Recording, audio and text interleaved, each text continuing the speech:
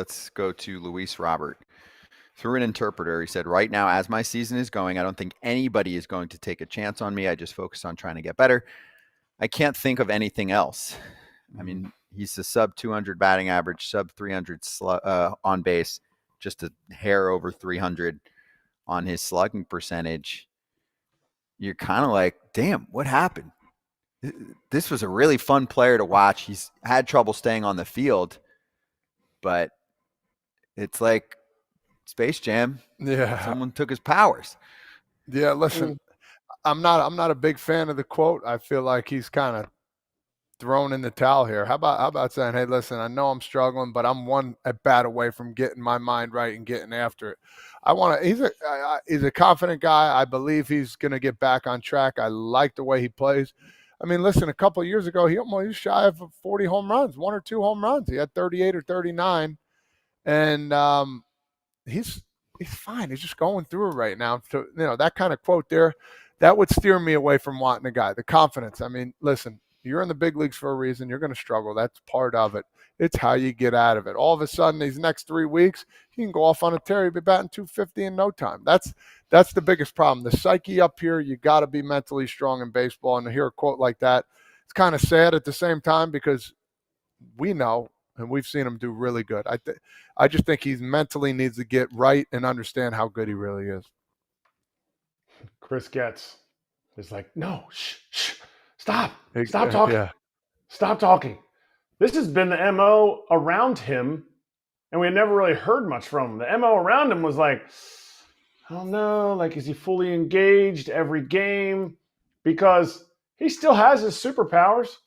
He clearly wants to get his stolen bases. I think he's leading the league right now. I think he's got 17 or 18 stolen bases. Like, he's running when he's on. His on-base percentage, while it is lower than his career norm, his walk rate has gone up. Maybe that's because nobody's around him. To me, if he's a change of scenery guy, the GM that trades for him is taking a risk that wherever he fits into, he's going to be like, you know what I want? I want to win, and I want to be the best player that I can be. Because when he is that guy, I don't believe in outliers. I believe when you have a season, an elite season like he had, you're only playing under that. That is not like he'll never reach that again. I disagree. I think he's playing below those expectations. And really, it's hard to come to the park every day. If you're not motivated for something, he's got a contract. It's going to be a little bit till he needs another contract. But your team is losing 100 games back-to-back seasons. Last year, they weren't even competitive at all. So it's hard. It's hard to get going for some guys because he's not playing for his life. And if he keeps malaising through the season, he's not going to have any trade value. He's right. He's not going to cost as much right now if the White Sox do want to move him. It gets tricky for the Sox, though, because then you're like, okay, we have basically no payroll, so that's not the problem. Mm-hmm. We might as well let him try to find it again and increase his value. There's still years left on the deal. It's not like he's a free agent after this season either. So it does get tricky when it comes to the asking price. It's very tricky, and it's not a good time for the White Sox right now at all. I mean, look at Eloy Jimenez. To get anybody really in return. Yeah. Eloy was a very promising bat. And by the end of or trade deadline time last year, the Orioles picked him up. We're like, the Orioles? And I don't remember it being a big return. And you're just like, or did he get cut or did he get traded? I don't even remember. Not sure. But whatever it was, my point is, Kratz, man, that was a really good looking group for a very short period of time.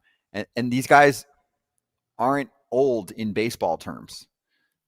Are we saying the Orioles are going to be that trifecta, the Orioles trifecta? Are they going to be what the White Sox trifecta ended up being? I mean, think about the White Sox. They had Eloy. They had Yoan Moncada, Luis Robert. All of them kind of fizzled at the same time. Not old. They didn't. The only thing they lost was Jose Abreu, that kind of leader in the clubhouse, the guy that kind of kept them accountable. And then their production went down. Orioles, Are they going to see the same thing from Gunner and Adley, or are they going to be able to turn it around?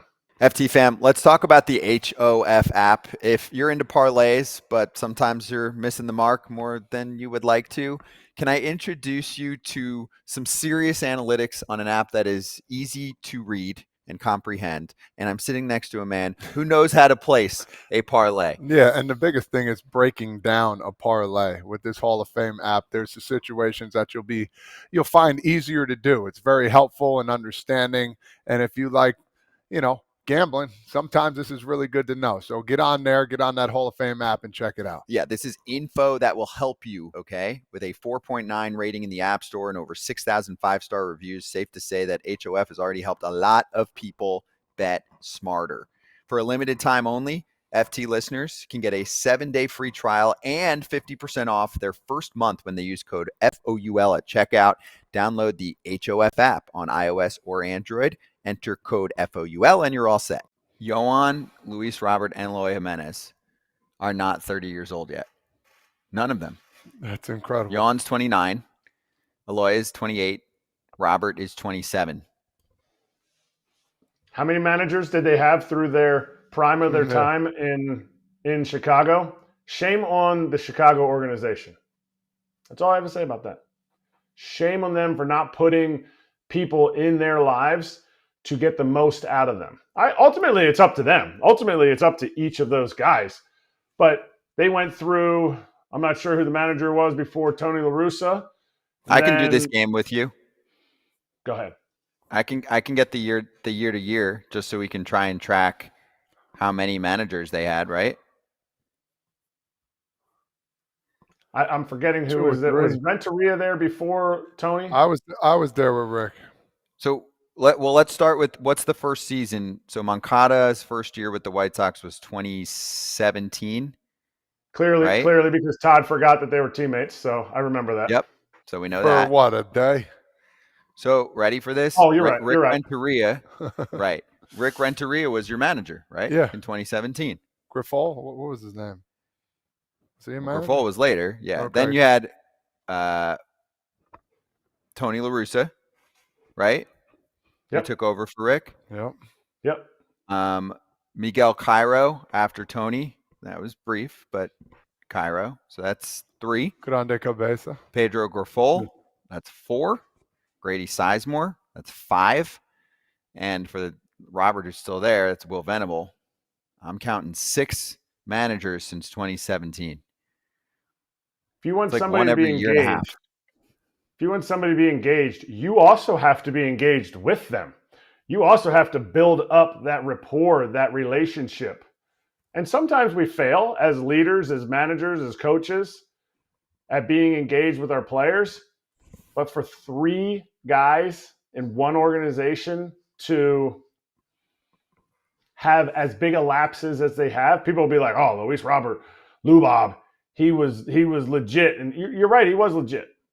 But to me, I don't think that is his max. I think he can do more because of the skill set that he has. Yeah, you got to see what it looks like somewhere else.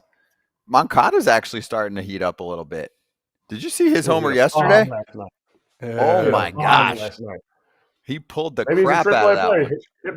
He hit well in AAA Stadium. Yeah. Hey, do you know what he's up to?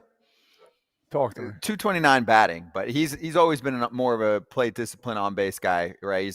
I don't think he's been a big batting average monster. 229, he's been okay. Mid 200s, I think, average career. Yeah, 253. 349 on base. That'll play. Deal. 486 slug for an 835 OPS. 134 OPS plus. That'll play. You know what he had yesterday that I'd never seen? I've seen different eye blacks. I've seen the cross. I've seen the lines. I think Cobby's using it in LA or in the Rays. He's using a double line. He did dots. He went dot, dot, dot, dot, dot. It was like he had Morse code on his eye black. Okay. All right. I like that. That's fun. Flash. I know. Yeah. Gotta ask him why. Regular eye black. That's tired. At night, it's Why? really tired, but there's that. Yeah. Under the lights. But hey, good for the Angels. I mean, nice pickup. I mean, he might be trade bait if things don't work out for them, but clearly this is a guy who moves on from that org and then starts to play a little I feel ball. like he's been playing for a while now too. That should be a good selling point for the Sox. Like, hey, did you see how we screwed up Yohan Moncada and what he's doing now? Exactly. This could be yours. Luis Robert could be yours. Hey everybody, be sure to like and subscribe for more content. We're back here every weekday, all year long, so do not miss an episode. The videos are coming in all day. Here's another video you might enjoy. Baseball the way it should be covered.